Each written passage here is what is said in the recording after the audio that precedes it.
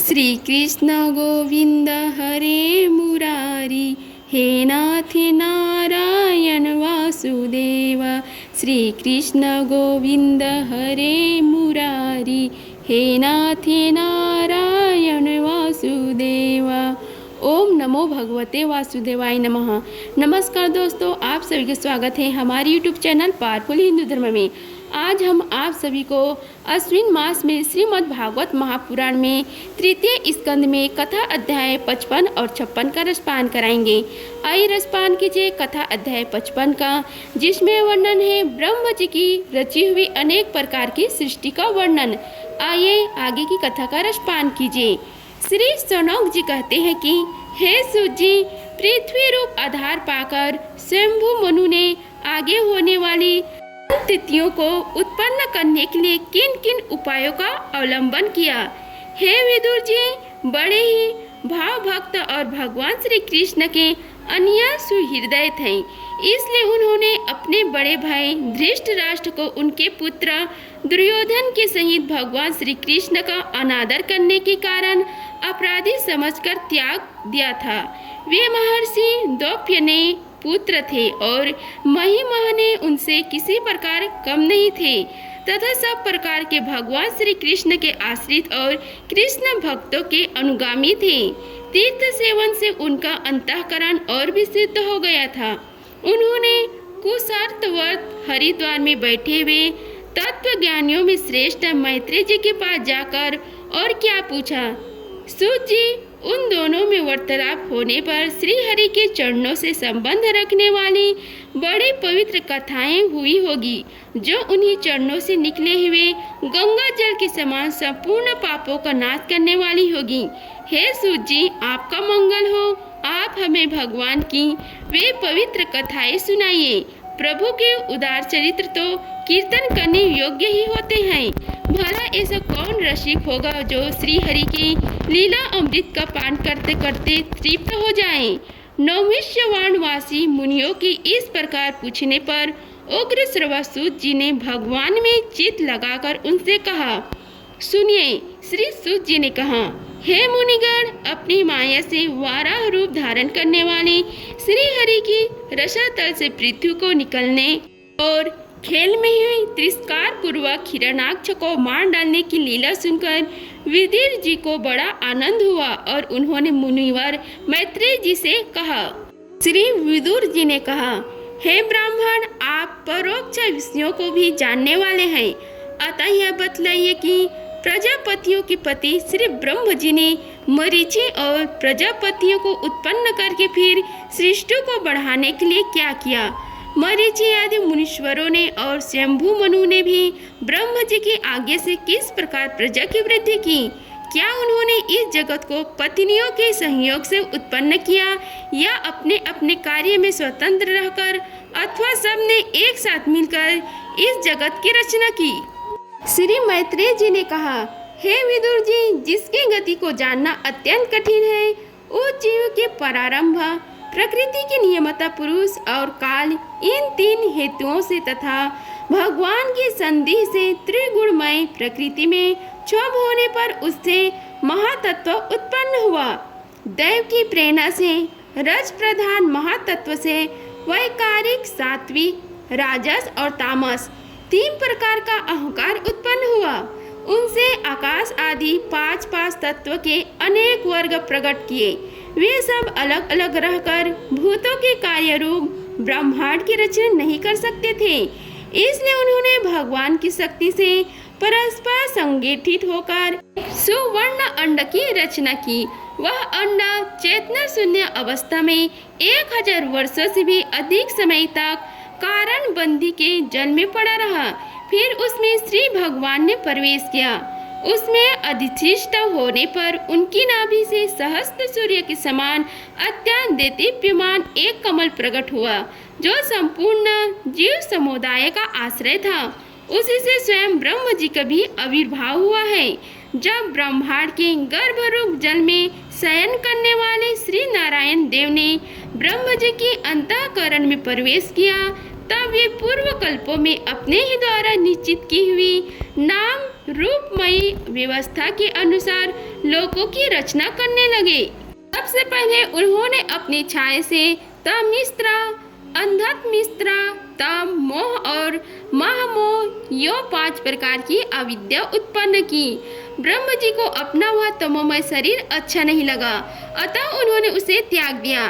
तब जिससे भूख प्यास की उत्पत्ति होती है, ऐसे रात्रि रूप उस शरीर को उसी से उत्पन्न हुए यक्ष और राक्षसों ने ग्रहण कर लिया। उस समय भूख प्यास से अभिभूत होकर वे ब्रह्म जी को खाने को दौड़ पड़े और कहने लगे, इसे खा जाओ, इसकी रक्षा मत करो, क्योंकि वे भूख प्यास से व्याकुल हो रहे थे।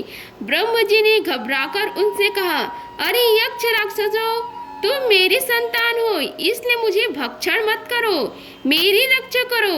उनमें से जिन्होंने कहा खा जाओ वे यक्ष हुए, और जिन्होंने कहा रक्षा मत करो वे राक्षस कहलाए। फिर ब्रह्म जी ने सात्विक की प्रभा से देदीप्यमान होकर मुख्य देवताओं की रचना की। उन्होंने क्रीड़ा करते हुए ब्रह्म जी के त्यागने पर उनका वह दिन रूप प्रकाशमय शरीर ग्रहण कर लिया। इसके पश्चात ब्रह्म जी ने अपने जंग देश से काम सकता असुरों को उत्पन्न किया। वे अत्यंत कामलोप होने के कारण उत्पन्न होते ही मैथुन के लिए ब्रह्म जी की ओर चले। देखकर पहले तो वे हंसे, किंतु फिर उन निर्लज असुरों को अपने पीछे लगा देख भयभीत होकर क्रोधित होकर बड़े जोर से भागे।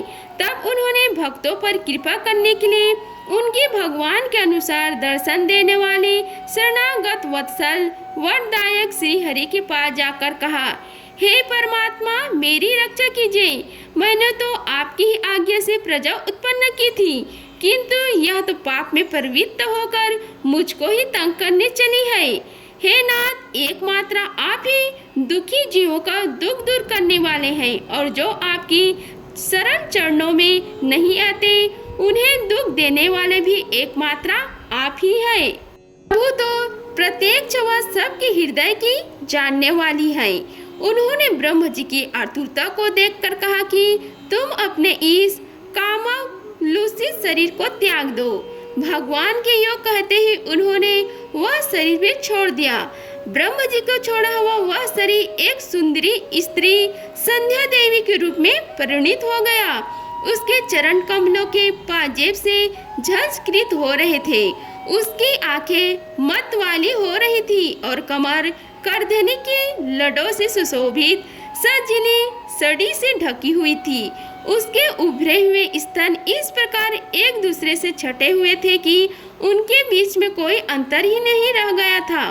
उसकी नासिका और दंतवली बड़ी ही सुघड़ थी। वह मधुर मधुर मुस्कुराती हुई असुरों की ओर हाव भावपूर्ण दृष्टि से देख रही थी। वह नीली नीली अलक वाली से सुशोभित सुकुमारी मानो लज्जा के मारे अपने आंचल में ही सिमटी जाती थी। हे विदुर जी, उस सुंदरी को देखकर सब के सब असुर मोहित हो गए। अहो, इसका कैसे पवित्र रूप, कैसा अलौकिक धैर्य और कैसी नई अवस्था है। देखो, हम काम पीड़ितों के बीच में यह कैसी बेपरवाह सी विचर रही है। इस प्रकार उनको बुद्धि दैत्यों ने स्त्री रूपनी संध्या के विषय में तरह तरह के तर्क वितर्क करके फिर उसका बहुत आदर करते हुए प्रेम पूर्वक पूछा, हे सुंदरी, तुम कौन हो और किसकी पुत्री हो? हे भामनी, यहाँ तुम्हारे आने का क्या प्रयोजन है? तुम अपने अनूप रूप का यह बेमोल सौदा दिखाकर हम अभागों को क्यों तरसा रही हो? अबले तुम कोई भी क्यों न हो, हमें तुम्हारा दर्शन हुआ है, यह बड़े सौभाग्य की बात है। तुम अपनी गेंद उछाल उछाल कर तो हम दर्शकों के मन को माथे डालती हो।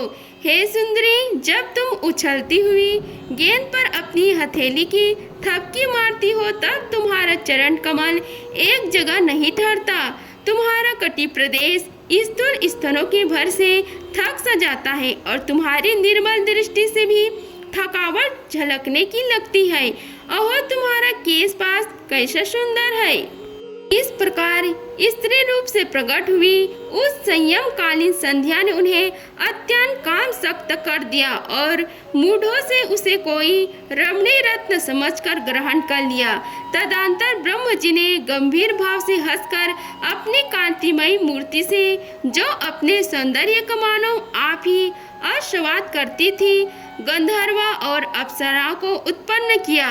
उन्होंने ज्योतिष्णा चंद्रिका रूप में अपने उस कांतिमय प्रिय शरीर को त्याग दिया।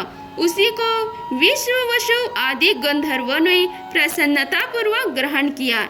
इसके पश्चात भगवान ब्रह्म ने अपनी तदंद्रता से भूत पिशाच उत्पन्न किए।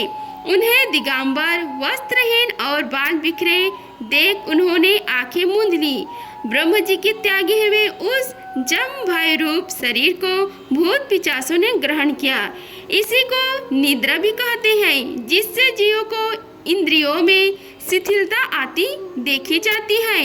यदि कोई मनुष्य झूठे मुंह से सो जाता है तो उस पर भूत पिशाच आदि आक्रमण करते हैं, उसी को उन्माद कहते हैं। फिर भगवान ब्रह्म ने भावना की है कि मैं तेजोमय हूँ और अपने अदृश्य रूप से साध्य गण एवं पितृगणों को उत्पन्न किया। पितरों ने अपनी उत्पत्ति के स्थान उस अदृश्य शरीर को ग्रहण कर लिया। इसी को लक्ष्य में रखकर पंडित जन श्राद्ध आदि के द्वारा पितर और संध्या गणों को कर्मशः काव्य पिंड और हव्य अर्पण करते हैं। अपनी तिरोधान शक्ति से ब्रह्म जी ने सिद्धि और विद्याधरों की सृष्टि की और उन्हें अपना वह अंतर ध्यान नामक अद्भुत शरीर दिया। एक बार ब्रह्म जी ने अपनी प्रतिबिंब देखा, तब अपने को बहुत सुंदर मानकर उस प्रतिबिंब से किन्नर और किम पुरुष उत्पन्न किए।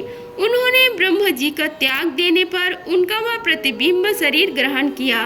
इसलिए ये सब उषा काल में अपनी पत्नियों के साथ मिलकर ब्रह्म जी के गुण कर्म आदि का गान किया करते हैं।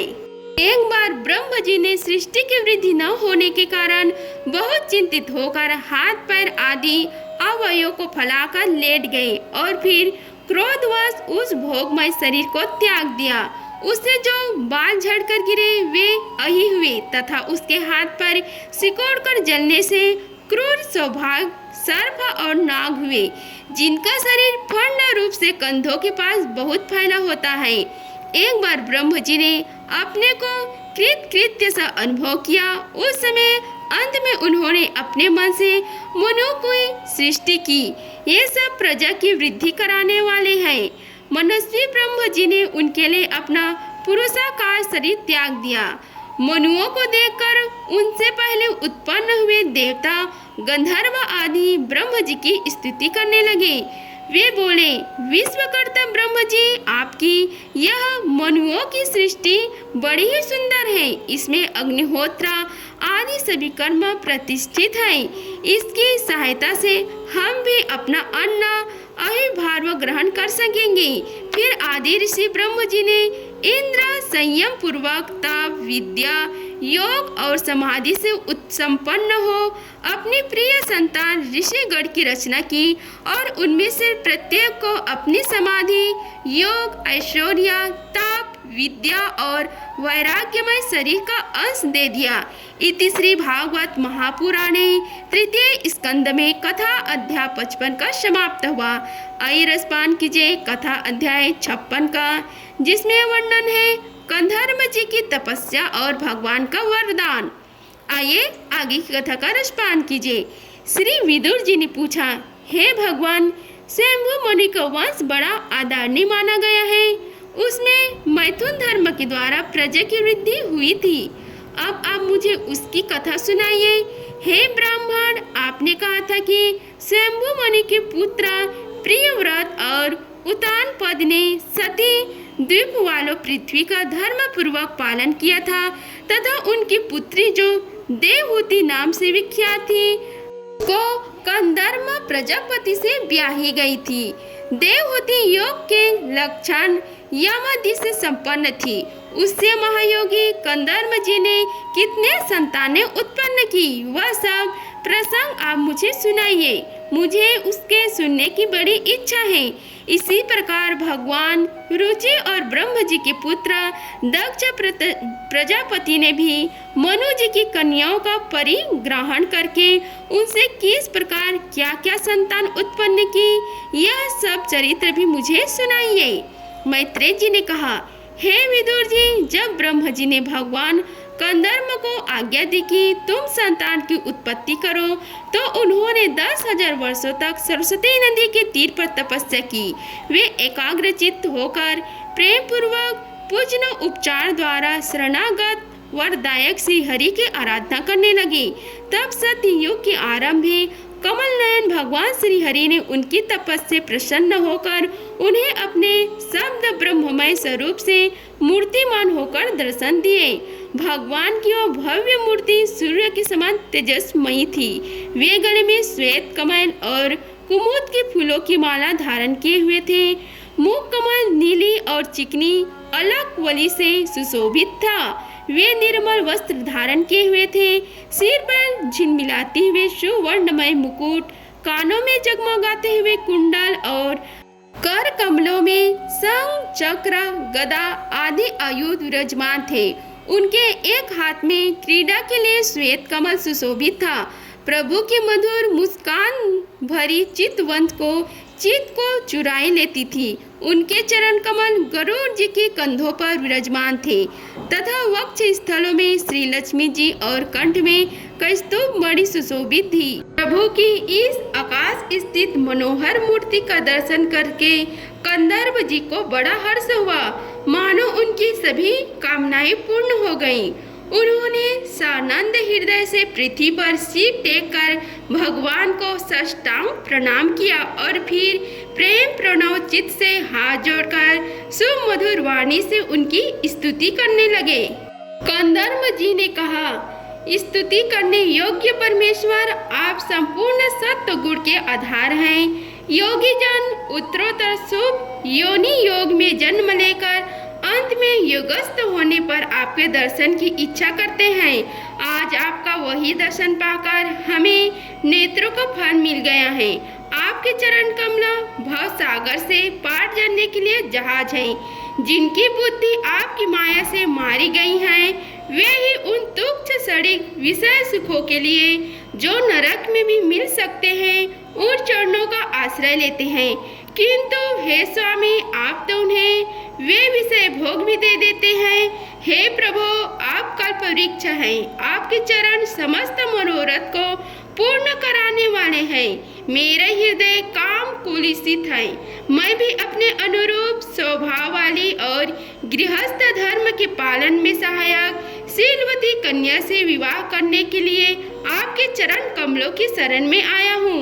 हे सर्वेश्वर, आप संपूर्ण लोगों की अधिपति हैं। नाना प्रकार की कामनाओं में फंसा हुआ यह लोक आपकी वेदवाणी रूप डोरी में बंधा है।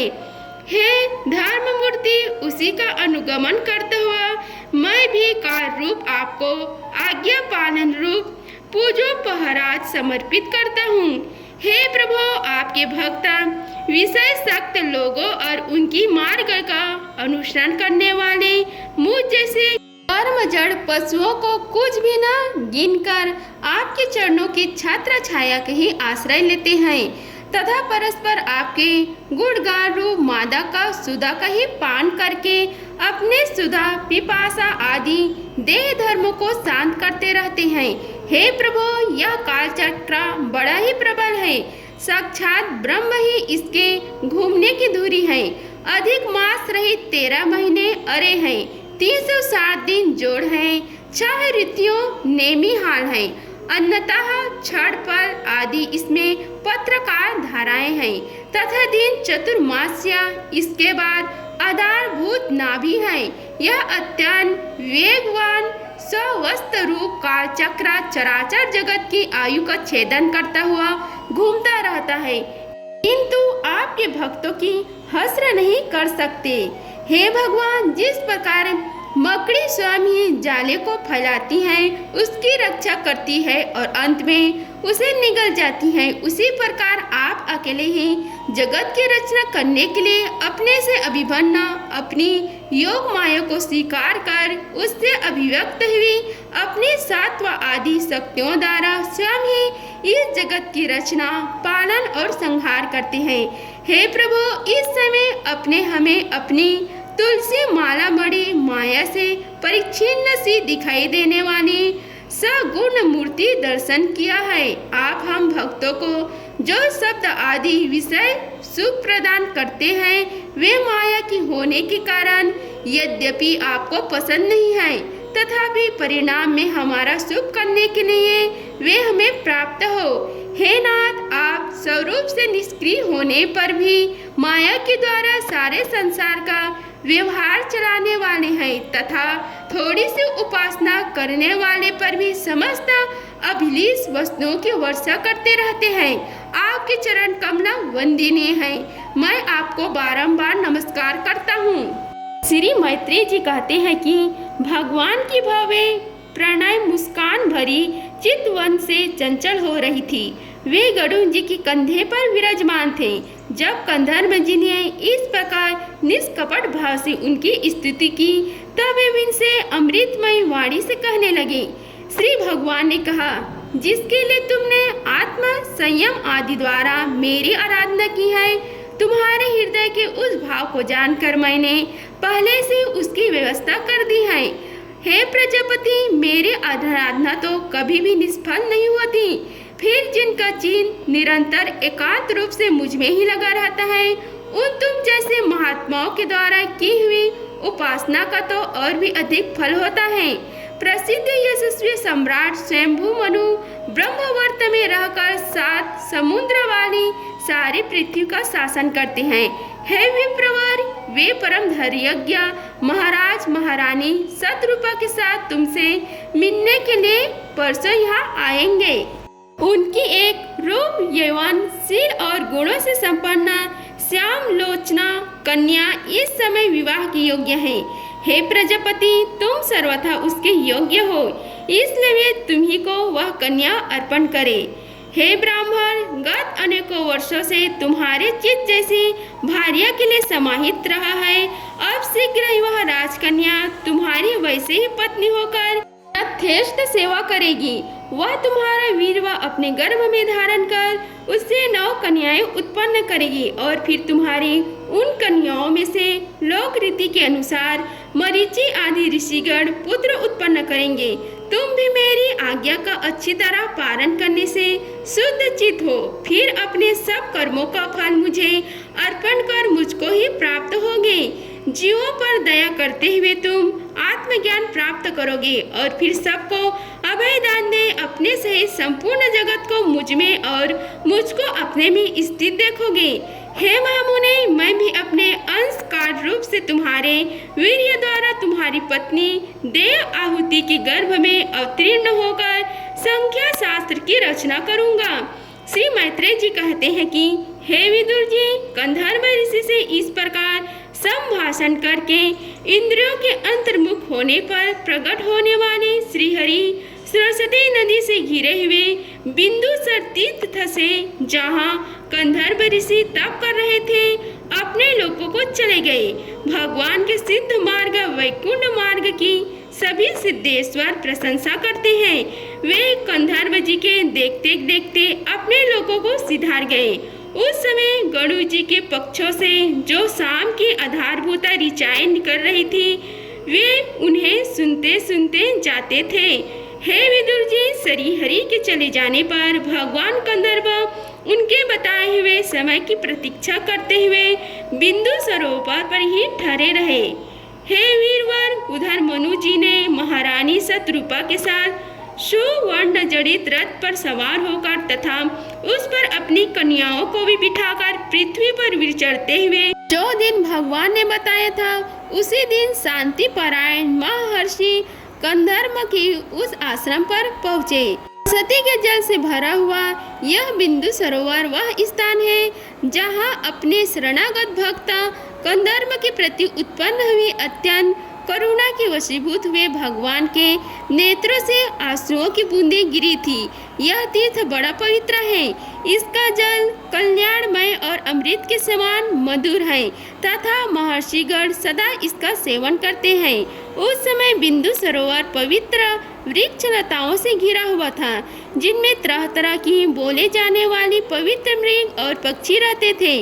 वह स्थान सभी ऋतुओं के फल और फूलों से संपन्न था और सुंदर वन छेड़े भी उसकी शोभा बढ़ाती है। वहाँ झुंड के झुंड मत वाले पक्षी चहक रहे थे, मत वाले भंवरे मंडरा रहे थे। उन्मत्त मयूर अपने पीछ फैला फैलाकर नट की भांति नृत्य कर रहे थे और मत वाले कोकिल कुहू कुहू करके मानो एक दूसरे को बुला रहे थे।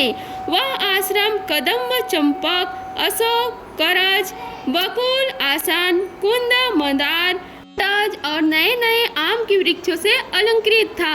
वहाँ जलकाग, बदक आदि जल पर तैरने वाले पक्षी, हंस, कुरार, जलमुर्गा, सरस, चकवा और चकोर मधुर स्वर से कलरव कर रहे थे।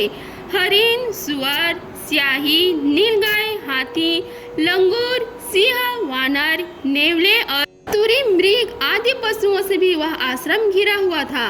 आदिराज महाराज मनु ने उस उत्तम तीर्थ में कन्या के सहित पहुंचकर देखा कि मुनिवर कंधर्व अग्निहोत्र से निवृत्त होकर बैठे हुए हैं। बहुत दिनों तक उग्र तपस्या करने के कारण वे शरीर से बड़े तेजस्वी दिख पड़ते थे तथा भगवान के स्नेहपूर्ण चितवन के दर्शन और उनके उच्चारण किए हुए कर्ण मूर्त रूप सुमधुर वचनों को सुनने से इतने दिनों तक तपस्या करने पर भी वे विशेष दुर्बल नहीं जान पड़ते थे। उनका शरीर लंबा था, नेत्र कमंडल के समान विशाल और मनोहर थे। सिर पर जटाएं सुशोभित थी और कमर में चीर वस्त्र थे। वे निकट से देखने पर बिना शान पर चढ़ी हुई महामूल्य मणि के समान मलिन जान पड़ते थे। हे महाराज, स्वयंभु मनु को अपनी कुटी में आकर प्रणाम करते देख उन्होंने उन्हें आशीर्वाद से प्रसन्न किया और यथोचित आतिथ्य की रीति से उनका स्वागत सत्कार किया। जब मनु की उनकी पूजा ग्रहण कर स्वस्थ चित्त से आसन पर बैठ गए, तब मुनिवर कंदर बने भगवान की आज्ञा का स्मरण कर उन्हें मधुर वाणी से प्रसन्न करते हुए इस प्रकार कहा। हे देव, आप भगवान विष्णु की पालन शक्ति रूप हैं, इसलिए आपका घूमना फिरना निसंदेह सज्जनों की रक्षा और दुष्टों के संहार के लिए ही होता है।